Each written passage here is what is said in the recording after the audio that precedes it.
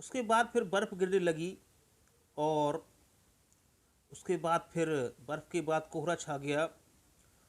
सड़कें सुनसान थीं, सफ़ेद सफ़ेद हो गई थी बर्फ़ की वजह से, और हर व्यक्ति गर्म कपड़ों में नज़र आने लगा था। उन बच्चों ने भी स्कारलेट के पंखों की कैप पहनी हुई थी, और कुछ बच्चे आइस में बर्फ़ में स्केटिंग कर रहे थे। लेकिन उस स्वालो को बहुत ज़्यादा सर्दी लग रही थी, लेकिन फिर भी वो प्रिंस को नहीं छोड़ सकता था। He loved him too well, वो उससे बहुत ज़्यादा पसंद करने लगा था। He picked up crumbs outside the baker's door when the baker was knocking. जब एक बेकिंग की दुकान का मालिक नहीं देखता, उसने उस दुकान के बाहर से कुछ टुकड़े उठाए और उसने खाना खाया, और अपने पंख हिला करके उसने अपने आप को गर्म करने की कोशिश की। लेकिन फिर भी वो समझ गया कि वो अब मरने जा रहा है। He had just enough strength to fly, उसके पास वो मुश्किल से ही उस प्रिंस के पास पहुंच पाया, उसके कंधे तक। वो धीरे से बोला, swallow goodbye dear prince, और क्या तुम मुझे अपने हाथ में किस करने दोगे? I am glad that you are going to Egypt. उसने प्रिंस ने कहा, मुझे खुशी है कि तुम इजिप्ट जा रहे हो, और तुम मेरे यहाँ बहुत देर रुके, लेकिन मेरे ख्याल से तुम्हें मेरे होठों पर किस करना चाहिए, मैं तुम्हें बहुत पसंद करता हूँ। और it is not to Egypt that I am going, वो इजिप्ट नहीं है जहाँ मैं जा रहा हूँ। तुम जो सोच रहे हो, मैं इजिप्ट नहीं जा रहा हूँ, मैं मृत्यु के घर में जा रहा हूँ। और नींद मौत का के एक भाई का नाम ही है।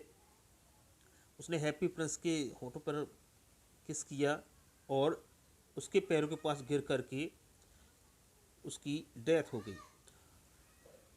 तभी अचानक एक ब्लास्ट हुआ, और ऐसा लगा जैसे कुछ टूटा हो।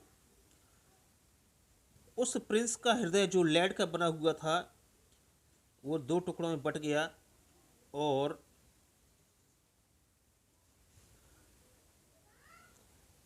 अगले दिन उस शहर के मेयर ने देखा कि उस चौराहे के पास उसके जो शहर के और भी दूसरे काउंसलर्स थे, जब वो वहाँ से निकले स्टैचू के कॉलम के पास से, तो उन्होंने कहा कि ये हैप्पी प्रिंस कितना भद्दा दिख रहा है।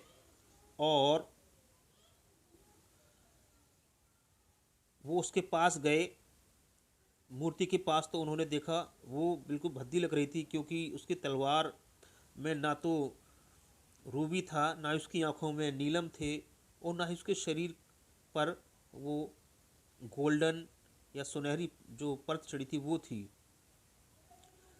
उन्होंने कहा, मेयर ने कहा, ये एक भिखारी से ज़्यादा कुछ नहीं लग रहा है।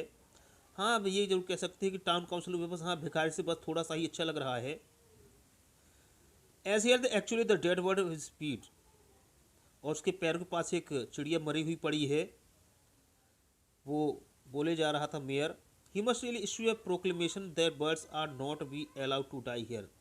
हमें लगता है हमें एक आदेश निकालना चाहिए कि कोई भी चिड़िया यहाँ पर मरनी नहीं चाहिए, इसके पास यहाँ किसी को मरने की इजाज़त नहीं है।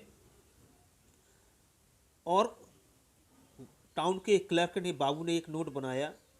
सो दे पुल डाउन द स्टोर। उसके बाद जब उन्होंने देखा मूर्ति बेकार है, कि उन्होंने उस मूर्ति को नीचे गिरा दिया, क्योंकि अब वो सुंदर नहीं रहा था।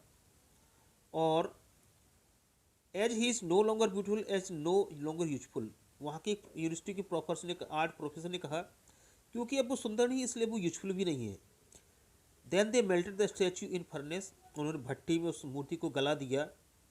और ये क्या, वहाँ का ओवरसीयर बोला, this broken lead heart will not melt in the furnace. उसके हृदय को, प्रिंस के हृदय को उसमें नहीं जलाया जा सका, गलाया जा सका। We must throw it away, हमें लगता है इसको फेंक देना चाहिए। So they threw it on the dust heap, उन्होंने डस्ट में फेंक दिया जहाँ पर वो मरा हुआ स्वालो पड़ा हुआ था। Bring me the two most precious things in the city, said the god angels. उधर स्वर्ग में ईश्वर ने अपने 2 एंजल्स को कहा कि इस शहर से 2 महत्वपूर्ण चीज़ें ले आओ, और वहाँ जाकर के उन देवदूतों ने एक तो उस प्रिंस का हृदय उस मरी हुई चिड़िया को ले आए। ईश्वर ने कहा तुम लोगों ने बिल्कुल सही चीज़ का चयन किया है।